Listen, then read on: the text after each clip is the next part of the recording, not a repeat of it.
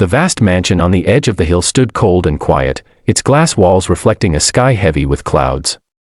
Inside, every corner was spotless, every surface shining, but there was no laughter, no warmth, and no sign of life except for a small boy sitting by the window with his crutches beside him. That boy was Ethan, only 7 years old, and since his mother's death, he hadn't smiled once.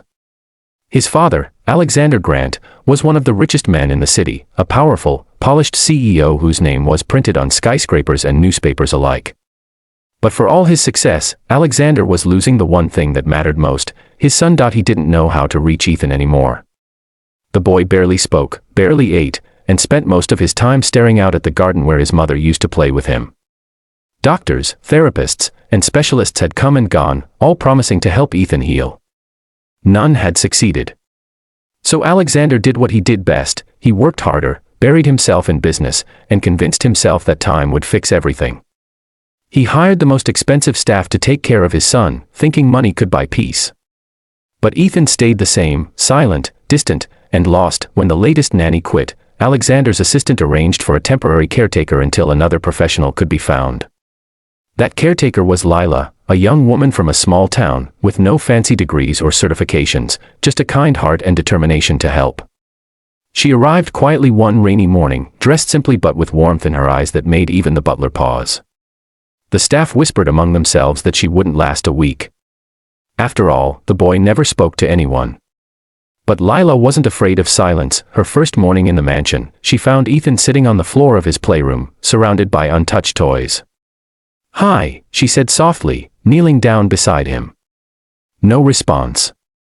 "You know," she continued, "when I was little, I used to build castles out of blocks. But mine always fell down." Still nothing. She smiled and picked up one of his toy blocks, balancing it carefully. "Maybe you can show me how to build one that stays up." He didn't look at her. Not that day. But the next morning, she found that the blocks were stacked, clumsily, imperfectly, but stacked nonetheless. And that was enough for her to know that something had changed. Days turned into weeks. Lila talked to him, told him stories about her village, about her late father who taught her that kindness could rebuild even broken hearts. Slowly, Ethan began to listen. Then one afternoon, as she hummed softly while folding his clothes, she heard a faint sound behind her, a laugh. A real laugh. She turned around, her heart pounding, and saw Ethan smiling faintly at a silly face she had drawn on his shirt with chalk. It was the first time in 2 years he had smiled. The mansion began to change too. Where there had once been silence, now there were sounds, music, laughter, footsteps in the garden. Ethan began to walk short distances on his crutches, encouraged by Lila's patient cheer.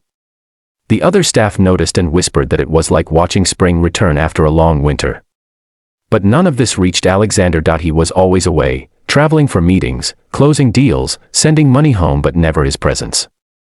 He didn't know that while he was gone, the woman he had hired for temporary help was healing his son's heart in ways no doctor ever could. He didn't know that she spent nights reading to Ethan, that she cried silently the first time he said, "Good night, Lila." One evening, when Ethan took his first full step without help, she clapped her hands in pure joy, tears spilling down her face. "You did it, Ethan. You really did it," she cried. And for the first time, he ran, or rather stumbled, forward and hugged her tightly. That night, as Lila tucked him into bed, Ethan looked up and whispered, "Will Daddy ever come home?" She froze. "I think he will," she said softly, brushing his hair back. "And when he does, he'll see how brave you've been." Lila didn't know that the next morning, her words would come true. It was an ordinary morning for the mansion, except for one thing: Alexander Grant came home unannounced. His jet landed hours before schedule, and he decided not to inform anyone. He wanted to see things for himself, to witness the house without the usual pretenses of staff prepared for his arrival. As his car rolled up the driveway, Alexander felt the old ache in his chest. He hadn't been home for almost 2 months. Guilt gnawed at him every time he thought of his son, but he told himself he was working for Ethan's future. Still, the image of his boy's sad eyes haunted him. He stepped out of the car, briefcase in hand, expecting the same heavy silence.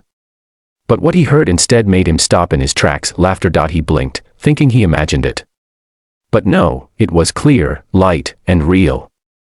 The sound of a child laughing, echoing through the courtyard. He followed the sound around the corner, and there, by the garden fountain, he saw something that made his breath catch in his throat. His Ethan, was standing on his crutches, smiling. The little boy's golden hair glowed in the morning sun, and beside him knelt a young woman in a maid's uniform, cheering him on. She was clapping her hands, encouraging him to walk one more step. "You can do it. Just one more, Ethan," she said, her voice filled with warmth. Alexander couldn't move. He stood there, frozen, watching his son laugh for the first time in years. The boy's joy was radiant, contagious, and raw. He had never seen him like that, not even before his wife passed away. His eyes welled up, his heart pounding with disbelief and emotion. The boy stumbled forward, nearly losing his balance, but Lila caught him gently and steadied him. "That's it. See? You're stronger than you think," she said softly. Ethan beamed up at her, proud and happy. Alexander took a shaky breath and stepped forward. "Ethan." Both of them turned. Ethan froze for a moment, eyes wide, unsure how to react. Then, slowly, he smiled again, hesitant but real. "Daddy," he whispered. Alexander dropped his briefcase and rushed to him, falling to his knees and wrapping his son in his arms. "Oh, God." "Ethan," he choked out, his voice breaking.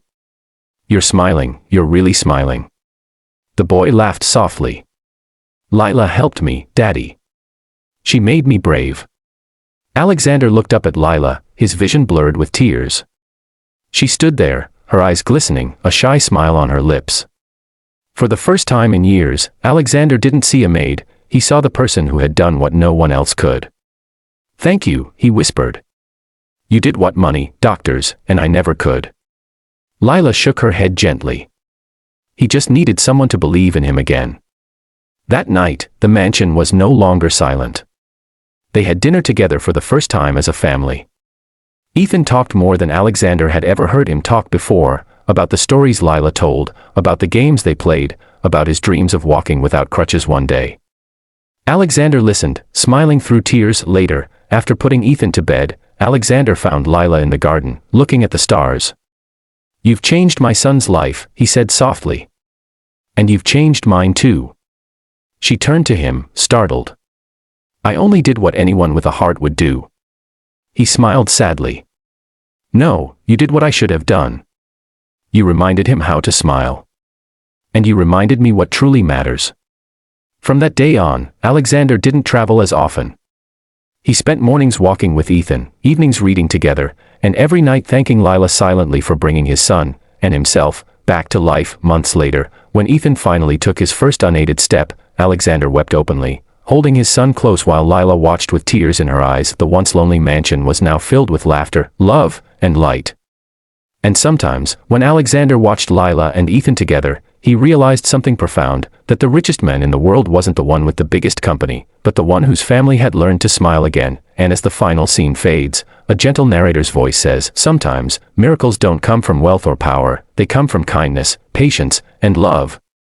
If this story touched your heart, don't forget to subscribe for more heartwarming stories that remind us what truly matters: family, hope, and the power of compassion.